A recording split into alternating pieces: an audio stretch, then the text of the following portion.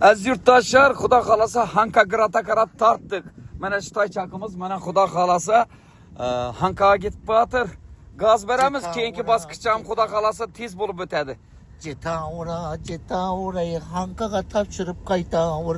Aksiya buldu indi. Çistelux gelleri.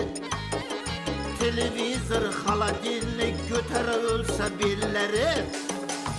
Sana bende buluttum Yavuşuda aksiya Allah saldı kalbına gitme canım. G'olibbek, yaxshimisiz? Necha rakam oldingiz G'olibbek? 2 rakam olib berdim. 2 rakam oldingiz, ha? Yine bugünkü günde chiroyli bir mashina egasi oldingiz, bosh sovrini egasi oldingiz. Bir qarsaklar bilan topshiramiz endi. Muborak bo'lsin. Endi maskellerden muzika koyup oynab topshiradi dedilar. Endi bu yerda yaqinda bandachilik yo'g'an ekan, shuning uchun ayba buyurmaysizlar. Va analari olamdan o'tgan ekan, shuning uchun muzika qo'ymadik, lekin quvonch zo'rmi? Nastroyeniya yaxshimi? Hammangizga buyursin Xudoyim. Hammaya omad tilayman, hamma o'ynang haqiqiyatga. Mahkeme oynasın ama bak nasip etsin. Tebrikliyim ben. Zafer Bey, tebriklimiz mübarek olsun. Mübarek olsun. Yine bir mertebe alkışlar koyamaz.